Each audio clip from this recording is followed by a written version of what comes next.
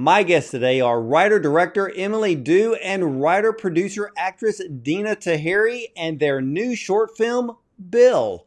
Now, Emily is 1/3 of the Space Fish Productions team and focuses her filmmaking on subjects that feel both urgent and honest.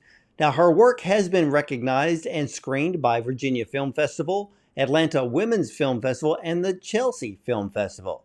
Now, Deana Taheri is known for her roles in TRANSPLANT, Blitz, and Piss Party, and for her audiobook work featured on major platforms such as Audible and iTunes with pieces by Helen Oyeyemi and Victoria's Highway series by Crystal Lyn and I Was Born for This by Alice Oseman.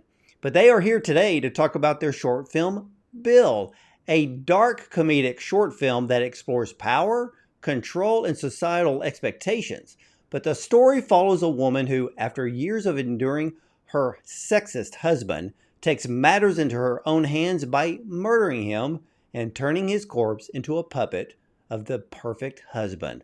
Well, this bold narrative challenges viewers to think critically about gender dynamics in a uniquely humorous and horrifying way. So, ladies and gentlemen, let's welcome the talented dynamic duo of Bill, Emily Dhue and Deana Taheri, to the show. Welcome. Thank you so much for having us. Lord, yeah, it's such a pleasure to be here. Yeah, it's great to have you. And I've got to start off because Deana, didn't you write this story? Yes, that's right. I did. Well, how in the world did you come up with such a great storyline for a short film? Oh, well, thank you very much. I have to be honest, it was a shower idea initially. I do think it's the best place for ideas. And I was in a period of my life where I was examining my own autonomy, and it got me thinking very deeply about how often circumstances of control are posed to you in a way that seem for your benefit. And that was something that I really wanted to explore in Bill. And it actually began in, I started writing it as a theatrical piece. But then as time went on, I started to visualize it in a more filmic way and realized how exciting it could be to bring some of these like very theatrical elements to life on screen. And so Emily and I are part of a writers group that meets almost weekly when we can. And so I'd been bringing in drafts of this script. And so I knew that when I asked her, would you be interested in directing this? It would mean flying to England and doing it. It's kind of an undertaking. She was really enthusiastic. So that's where it all came from. It was funny because as I was watching the film, and I had to go back and rewatch some parts of the film after I finished its first run. And I sat there forever because I'm like, I know this style. I know this style. And for you, Emily, you directed this film, but whose idea? Because I know Deana just mentioned this theatrical look, which I noticed right off the bat, which I fell in love with. But whose idea was it to create the classic cinematic style of this film? Yeah, so for me, I wanted the piece to feel really timeless. It takes place in the modern world, but I wanted to bring this, these like mid-century kind of tones into the look and into the feel of it to kind of drive home the end feminist underlying message of this all, right? Like this problem of autonomy was a problem for women in, 1940, and it's a problem for women in 2024. So that's really where all the mid-century references come into. It's designed to make the film kind of time ambiguous. Yeah, I really studied the way the whole design was for that cinematic look. For me, it was like part dreamlike. And then I went back. I literally had to go on YouTube because I'm like, I know this, I know this, I know this. I went back in time and literally looked up and watched some of the 1930s comedies that gave that same feel. But that feel was part of the look, but part of it came from Deana's acting. So under further investigation, I'm like, okay, I see elements like Twilight Zone, a little bit of Hitchcock, but then you brought it up, Deana, and confirmed to me there was that perfect theatrical look. And I didn't notice it until probably the third time I went through the film, where after you had already knocked off your husband and then you walked behind him, and it's almost like you were making all the faces and all of these looks to see if he was really dead. That's when I noticed this theatrical look, because the whole background was solid black, and I'm like, that's a stage production. And that's what I loved about it. And the fact that you had this set designed where it was really small, very, very enclosed, that captured the initial scene and elements of this film. I just thought it was freaking brilliant. Well, thank you. We always love to talk to someone who admires, set design and all the visual references in it. And I love the labor of love. Absolutely. I actually love the wallpaper. Great. Thank you. That was one of the biggest pre-production initiatives, believe it or not, was like down to the wire getting all the wallpaper up. We didn't, we had to have it. We had to do the wallpaper for, exactly what you're talking about, getting the look of it, getting that stage feel in, getting all those mid-century references in. But we didn't actually have the budget for peel and stick at the time. So what you're seeing is real cheap wallpaper hung up on a grid of double-sided tape that we had to, put up like 2 days before and take down the night that we wrapped. So well, okay, you bring up another point, because I was looking at this and I'm thinking, okay, so Emily, this is really for you because you're going to be working directly with the cinematographer. How long did it take you to actually choose the wallpaper design based on the design and the color, knowing that makes a huge difference in how the audience reacts and receives the story? Yeah, the first thing we had was the color, and the color really comes from, a palette I wanted to put together for the feel, and like we wanted it to be pink and dollhousey, but we still wanted to allow the red to stand out, and kind of comes from this almost like Lynchian world. And then as far as the actual design, it was a balance of, okay, here's what our budget can do, right? We can't custom make this wallpaper, unfortunately. There was lots of like Wayfair, Home Depot browsing. I mean, Deana was there too. We probably thought about this wallpaper for, oh my gosh, like a week or two was almost just dedicated to like picking out the wallpaper. So it was a quite painstaking balance with lots of searching. Well, was this shot on an actual theater stage, or was it done in a small sound stage? That's well, it's thrilling to hear you think that. And I'm excited for this interview to come out so I can send it straight to my mother and tell her, look what your kitchen looks like on screen, because that is what it was. My kitchen at home, where my mother and brother live in Bristol, my brother was at school full time. My mum works most days a week. And so I was like, okay, I'm thinking about this. We've got a good solid 12 hours if I buy them dinner every night and they can go out to dinner while we shoot, then we can really make this work. And the kitchen, actually, in the way you see it, we did a lot of trickery with covering pieces of cardboard in wallpaper so it looks like it's behind me in the mirror. But actually the kitchen is a bit bigger than that. So there was room for our crew to be in the kitchen and to really make it a space and a hub for shooting. And once we figured out orientation, actually the entire film is shot in the kitchen, even the bar scene as well.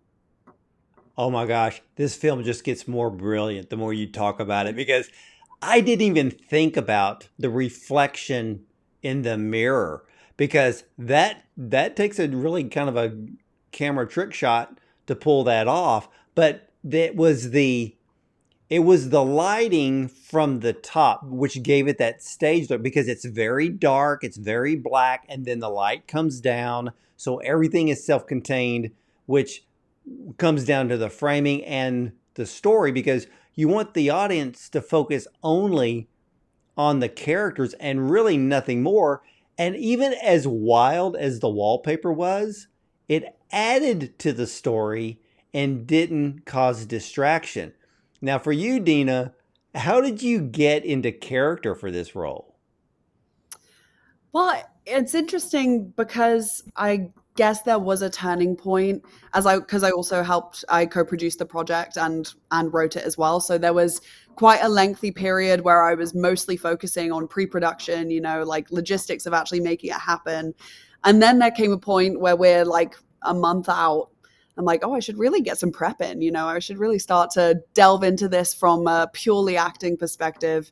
And so I did my work, went through the script over and over. Also, went downstairs and spent time in the kitchen and felt it out, in that way. And also my co-star, Bill Yanni Signs, who played Bill, he and I, we get along very, very well. We have a very good relationship. And so I knew that we would be super comfortable with one another once we got in the space.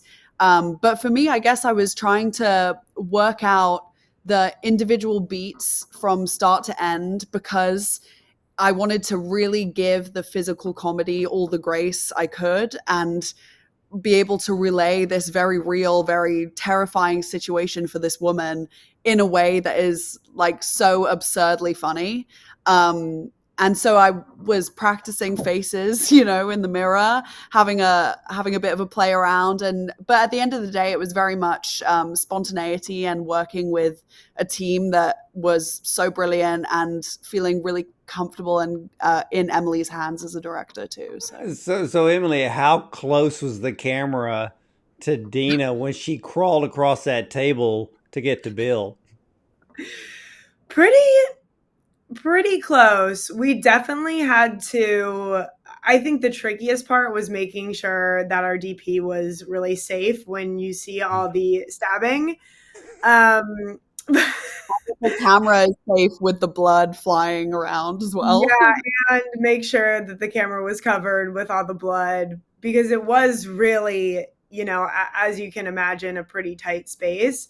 So it was, me, our DP, our makeup artist, who's sort of flinging blood up at Deana, all kind of crouched at the other end of this table, but far enough that, everyone was safe. And then Well, all right. What did you film this with? Was it done digitally or did you actually use film? No, it was done digitally. It's shot on a RE Alexa. You can't beat that. Yeah, exactly. Yeah, and Deana, I mean, before this, because you've had major parts in other productions. Have you ever done physical comedy before? Because I think you may need to team up with Steve Martin, Jim Carrey for a movie. Oh, well, thanks. Can you, if you've got their numbers, I'm here, I'm ready. I will call them right up.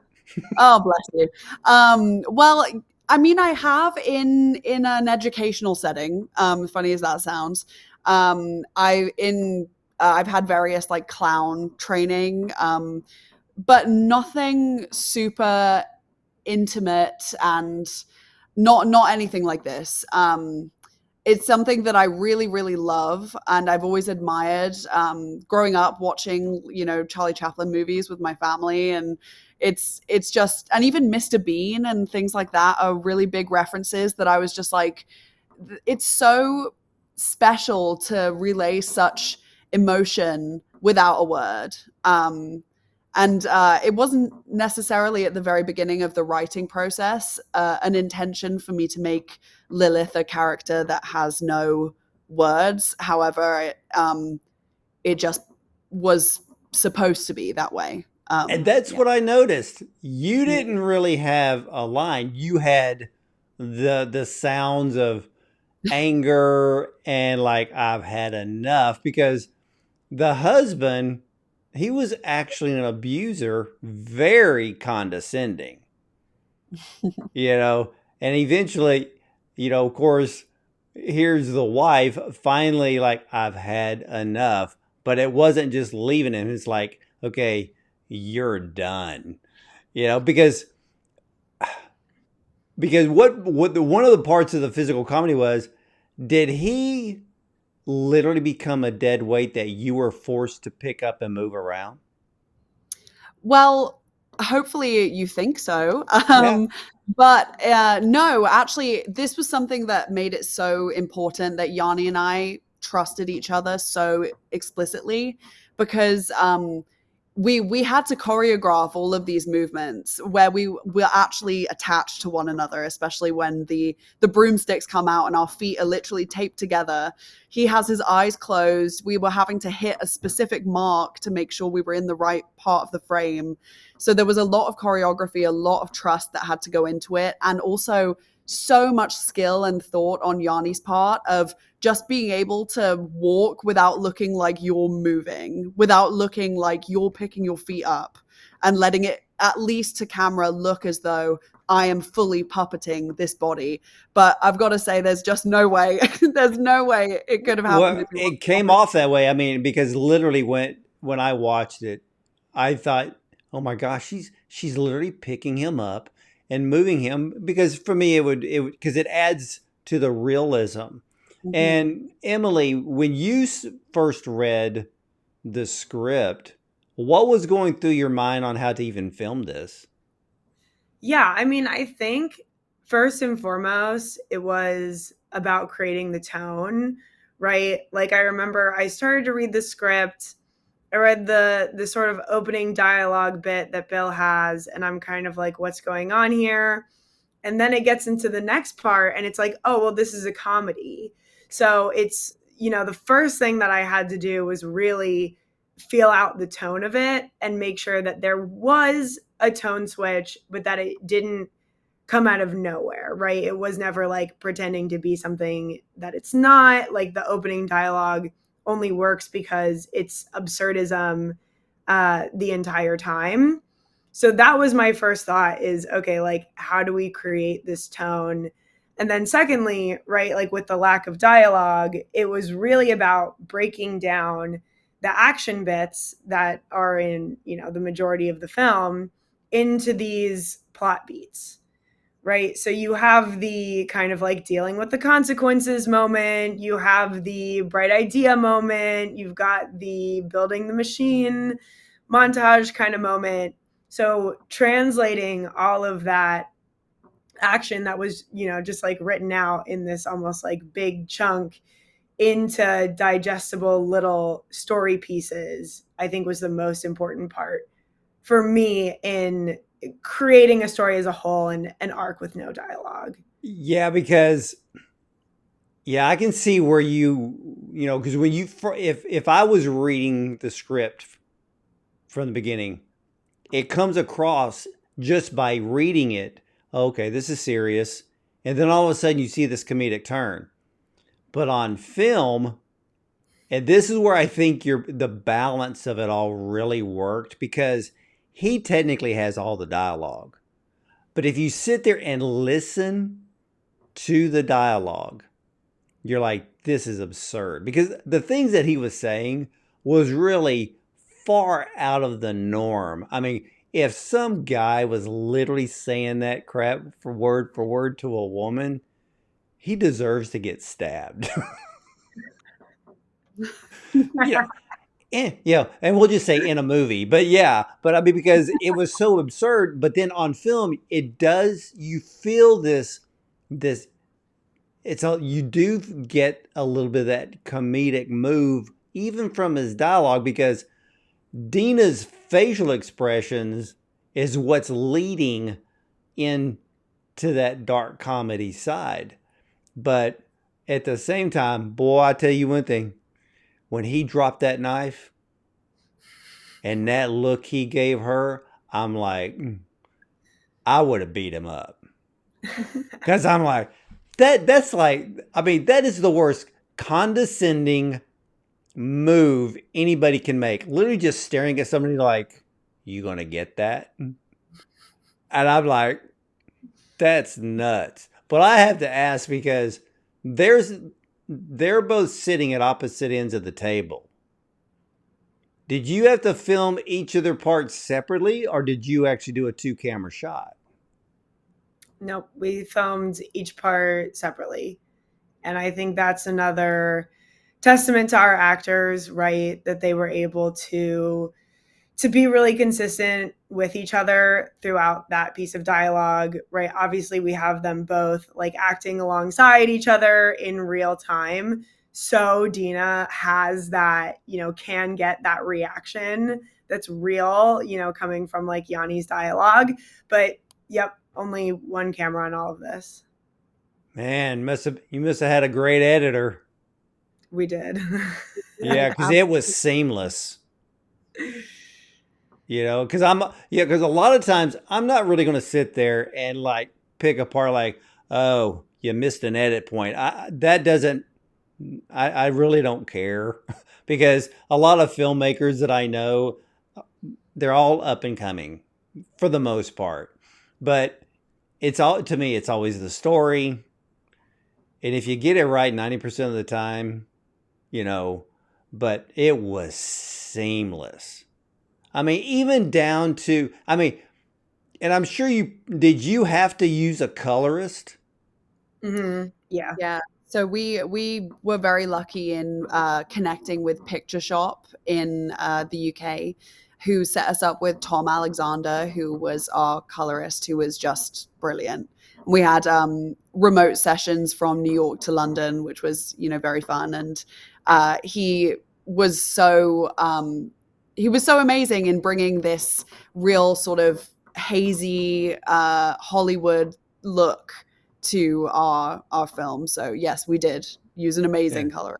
Yeah, I know most people do, but because of the way that it was shot, being in this enclosed space, you're using actually the lighting in some ways to enhance the feel, the emotion, the story. And I'm like, did they? Because your colors were bold. I mean, from what Deana was wearing, because he wasn't wearing he was basically just wearing a white shirt, and then he had no hair to deal with on that end.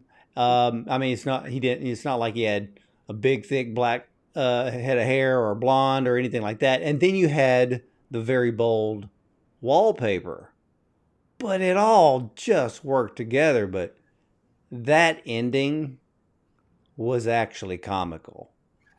I had to watch it. I had to watch the ending a couple of times because I'm like, all right, what am I supposed to be seeing? And then, yeah, because when the bill was handed to them, she was looking at it as if, who's going to pay it?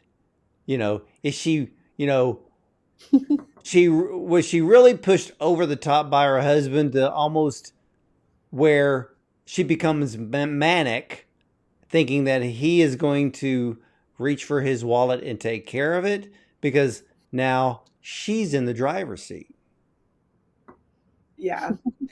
And I'm glad you bring up the ending because I think everyone kind of gets something different out of it. I do think it's the kind of ending, I hope it's the kind of ending that you watch twice and maybe feel like two different ways about. But, like you mentioned, it is really driving home that, Bill pun, really playing with the absurdity of the whole situation. The joke at the end of the day is kind of like, a man pitches or a woman pitches an idea in a meeting, and then a man pitches the same idea and is met with a round of applause, right? That's kind of the joke that we're watching happen in real time with the waiter, handing the bill to the husband, regardless whether he's the one alive or not, is kind of like, just the punchline on that joke. So it needed to be a moment where you could get and feel a lot of different things from, because it does mean a lot of different things. For those who have seen the film, What are some of the things that they say or how they interpret the ending?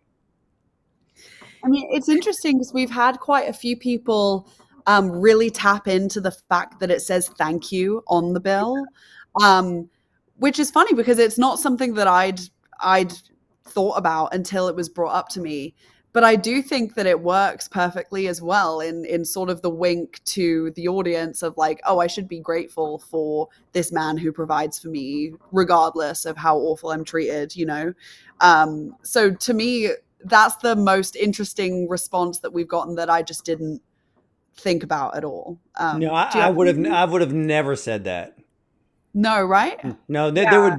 would be no gratefulness in his provision pre-death, because everything that came out of his mouth at the dinner table nullifies any joy that she would ever experience with him alive. I totally agree. I think it's just it's more so in the societal expectation of women being grateful for their providers in a sort of generic binary way that is, even though I would argue that the majority of the world considers themselves you know, a gender equal place to be, um, it's still something that is so prevalent. So I did, in writing it, want it to be a wink to the audience, like, oh, well, should I be thanking him, or am I going to take over the world with his card in my pocket? It could mean a few different things, but I think all of them are relevant, and it's just fun to see people explore different angles of it. And see, and the brilliance in that is that more people talk about your film, and that's the whole point. But Yeah, you that's also so. have a bit of magic in this film that I really honed in on, because I went back because there were some of the acting sequences. I went, that reminds me of Knives Out, like the first one. And I'm like, yeah, there's that element there in the way the actors were acting in that movie. But then there was something that I really truly noticed, which I thought was probably, I think it actually made this film better than anything. Who in the world was your composer? Because the music brought that sense of the movies from the mid 1930s. I mean, I actually went back, and that's only the reason I wanted to look at Chaplin. I said, okay, I want to see the use of the music in a Chaplin film based on his own movements. But then it dawned on me, because, wait a minute, I said, it's not only Chaplin, it's almost like watching Tom and Jerry, because there's no dialogue. It's the music creating the movement, the character, everything just, it's like watching Wile E. Coyote and the Roadrunner. It's only the music that is technically replacing all the dialogue. And the music in this film was very magical, almost Disney-like, very whimsical, which made the dark comedy more fun to watch, mostly because Deana's carrying the heavier load on the acting and being the lead character in the film. But oh my gosh, the music just simply went along with everything that she did. So it was brilliant. Yeah, so that would we would have to shout out our composer Ben Squires, who, you know, we interviewed quite a few composers because we knew from the beginning, you know, this would be just such an important, and score is always important, but for this particular piece, it was something so specific that we wanted, and it was going to be so important, and Ben was definitely the person for the job. And all the references were, you know, like you're saying, very like Mickey Mousey, creating this world, making sure that, okay, you know, this action needs some kind of specific undertone, right? The music leading up to the stabbing is totally different than the music in, you know, where she's like building him into a puppet.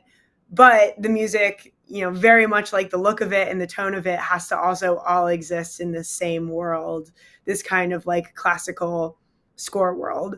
So there are a lot of like Chaplin references in there. There are a lot of like Mickey Mouse references in there. But then there's also like Danny Elfman, references in there, because it is this like weird, surreal, absurdist world. And Ben really just, pulled all of those together in such a beautiful way. So what did you do? Okay, you had to film it first. Did you have to go full blown edit before you handed it over so he could put the music to it? Yes. So the extra fun part about all of this is that we had what we thought was the final cut.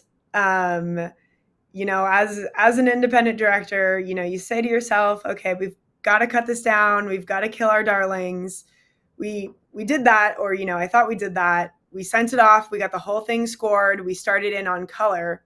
And after the entire score was done, I ripped it back out and reopened it. And luckily, we were met with a wave of support from our collaborators in post. They understood we were going back in to make this thing better.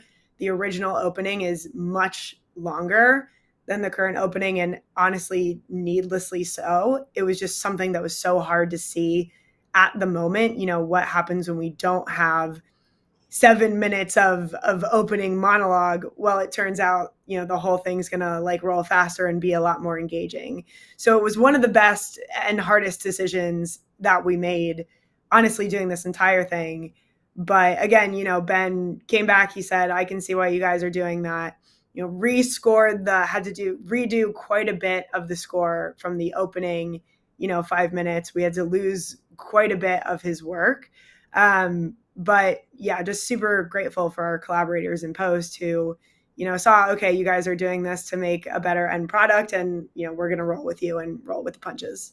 Yeah, I there's no way I could envision 7 minutes of opening dialogue, because monologue from him.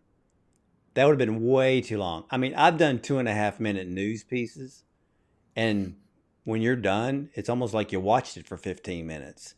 Because a lot of people, when they watch things and they're paying attention, they don't have the concept of time. And that's the beauty of a short film. A 10-minute short film could feel like you were sitting there for half an hour. And I've seen 15, 20-minute short films that you thought you just watched a whole movie. And so that's why there's a magic to filmmaking. So how long actually was his monologue in the beginning now? Because the film's barely on 10.5 minutes? Yeah, with credits too. So I guess, yeah. So I think it's about 3 minutes. About at the 3 minute mark, he's a goner. Yeah. So yeah. But you break it up by the camera shots on Lilith. Mm-hmm. And see, and that's why you don't look at it as 3 solid minutes, because you're breaking it with the camera shot to her and her expressions and basically the steam coming out of her ears. So, it's a great, great film. But for both of you, how does it feel to be appearing at the 20th anniversary of HollyShorts this year? Oh, it's so exciting. We are, I think, just, really grateful. As you've heard during this interview, it was a very scrappy film and scrappy set, and we had to be, quite resourceful just to get the thing made and finished. So we're beyond grateful to be at HollyShorts. Yeah, what was it like when you got the word that your film was accepted? What was that like? Well, so I was away with my family and on a totally different time zone, and Emily and our friends back in New York were all together, and we'd gotten a rejection the day before, as it goes. And so I was sort of, we're going to hear back tonight. I don't know, it's an Oscar qualifying one, so I doubt we'll hear anything. We'll see. And then I wake up sort of at 4 a.m, have a look at my phone, And I'm like, hold on a second. And I'm sharing a room with my mum, bless her. And so I went into the bathroom, did not whisper, but said I was, and was calling Emily saying, we just got in to HollyShorts. We're going to screen there. Like, what? And we all freaked out, and immediately went into planning mode. Oh God, we got to figure out how we're going to get there and where we're going to stay and what we're going to wear. And oh my God, it's so crazy. But overall, it was just like so thrilling and a really, just really wonderful recognition, and not just for us, but for the entire team, because we had a lot of people who dedicated themselves to this project over, the span of over a year of working on it in active capacities. And it's just really nice for everyone to feel they get something back. This year, HollyShorts received a record number of submissions, over 6,100. Only 400 are chosen. And I know at Tribeca, again, they had over 8,000, but they choose 2,000 out of the 8,000. I know people who were not accepted at Tribeca that got into HollyShorts, and well deserved. I think the films at HollyShorts blow Tribeca out of the water this year. No comparison. Wow. That's high so pressure. If you got it, because right now, I know Tribeca is Oscar qualifying, but I've only seen one film this year that's worthy to be Oscar qualified, but they're also at HollyShorts. But HollyShorts and then Flickers Rhode Island, those are the two, especially for short films. And I know there's others. There's so many qualifiers out there. And well, Deana, if you're in the UK, HollyShorts is coming to London December 6th through the 8th. I heard this. BAFTA qualifying. I did hear this. And so actually the majority of the team that worked on Bill we're in post-production for another short that I directed in London just at the start of the year. Or actually, no, a few months ago, my bad. And we're, so hopefully we'll see some people there next year. Oh, who knows? Maybe you'll end up qualifying for both. All I know is I thank you for creating a comedic short, one of the categories and genres that do not see a whole lot of action, but this year has been a breath of fresh air to see more comedies. But what is even funny, I was talking to a friend of mine because he's got 6 films at HollyShorts this year, and it was so funny because early summer we got to talking about, the best live action short category needs to have more than just all of these wonderful cinematic films that come in, which are great, but he and I both agreed, comedy, yes, horror, and what's funny is your film covered both, which is a rarity. What's even funnier is that we're screening in the rom-com section, right in the middle. So I do think that it'll be a wonderful palate cleanser, and hopefully we'll freak some people out on the 11th. Wait, they put you in the rom-com section? I mean, it is. It is. There's just not a whole lot of, there's love lost. Well, when she creates her perfect man, I'd say that's a love gain for sure. Yeah. I'm gonna leave it with that. But I would, but I mean, this is a cool film, and I'm so happy that you got accepted in the HollyShorts. That's just a huge honor on its own. But ladies and gentlemen, Bill, this is a dark comedic short film that explores, again, power, control, societal expectations. But this is a story that follows a woman named Lilith, played by Deana.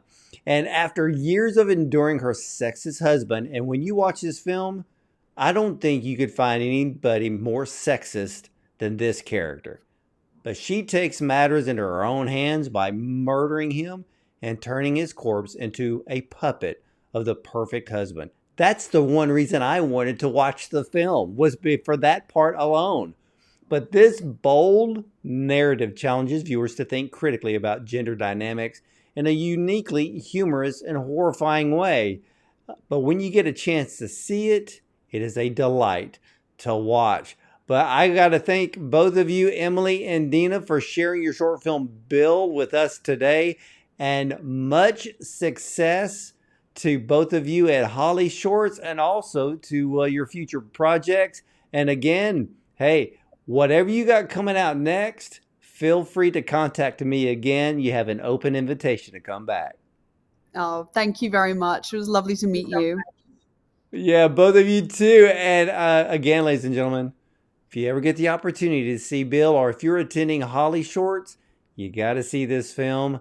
It's a breath of fresh air. We need to break up the genres a little bit and get something that kind of, makes us raise our eyebrows and open our eyes. And Bill does just that. So, ladies and gentlemen, I want to thank you for watching. You can catch all of the replays of our interview with top film directors, producers, and screenwriters, as well as actors and more on Bond on Cinema. So again, I want to thank you for watching. And as for me, I'll either see you at the movies or from the red carpet.